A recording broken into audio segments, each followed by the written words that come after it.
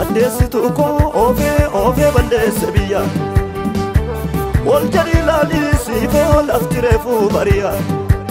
Shalom, nagaa waaqayyo hunduma keessaniif haa ta'u. Ani obboleessa keessan faarfataa Abiraam Tarreedha. Ani faarfattuu Rukkaa Abbaban jedhama. Ani muuziqeessaa Dinqaadha. Har'a wanti isin beeksisuuf gara keessanitti dhiyaadhe namni nuti baay'ee jaallannu faarfataa Ifaa Deessisaa waaqayyo isa gargaare. Albamii isaa sadaffaa Nan fiiga kan jedhu eebbisuuf. Sanbata dhufu jechuunis gaafa guyyaa 25 waaree booddee sa'aatii 8 jalqabe Waldaa guutuu Wangeelaa Saansusitti dilbata dhufu waaree booddee sa'aatii 8 kaasee waan eebbifamuuf hundumti keessan irratti argamtanii hirmaattuu eebba kana akka taatan jaalala waaqayyoon isin gaafadha. Faarfannaa Ifaa faarfannaa baay'ee fuula namaa eebbisuudha. Ani gama kun dhaggeeffadhee itti eebbifameera. Isinis akka itti eebbifamta shakkii hin qabu. Irraa hafuun hin danda'amu. Ani illee irratti nan argama. Akkasuma faarfattoonni nu baay'ee jaallannu namooti baay'een irratti nan argamu. Irraa hafuun hin danda'amu. Eebbifama.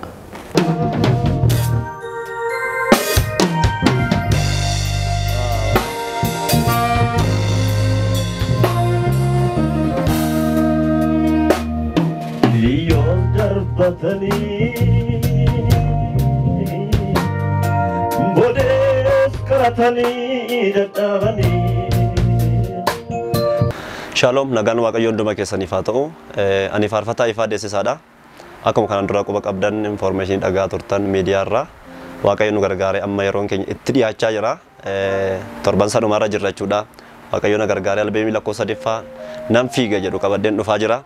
Kanaaf immoo qophii hunduma raawwachaa jirra akka namaatti jechuudha. Waaqayyo akka nu gargaaru baay'ee amanna. Waaqayyoon har'a argine miti duris beekna waan ta'eef waaqayyoon wajjin jira. Kun kakuu baandii wajjin bifa addaatiin shaakala addaarra jirra. Waaqayyo ajaa'ibaa nu gochaa jira. Dilbata fuula keenya dura jiru kana walii wajjin yeroo waaqeffannaa addaa hin qabaanna. Sababatti waaqayyoon waaqeffannu waaqayyo nuuf kennee jira. Kanaafuu sababatti waaqeffannaa kana irraanfattanii manatti nafiina kottaa walii wajjin waaqayyoon ni waaqeffannaa. Ulfinni waaqayyo mul'ata, waaqayyo nu gargaara. Wangeelaaf waan nurraa baasuu qabnu, waan nurra jiraatu baafnee adaraa kana dhalootatti dabarsina. Dilbata fuula keenya dura jiru kana sa'aatii 8 irraa kaasee waldaa guutuu Wangeelaa Saansusitti wal agarra. Inafiina irratti argama.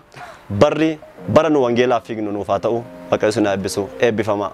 Addeessitu koo oofee balleesse biyya waljalii laalisi koo lafti reefuu bari'a.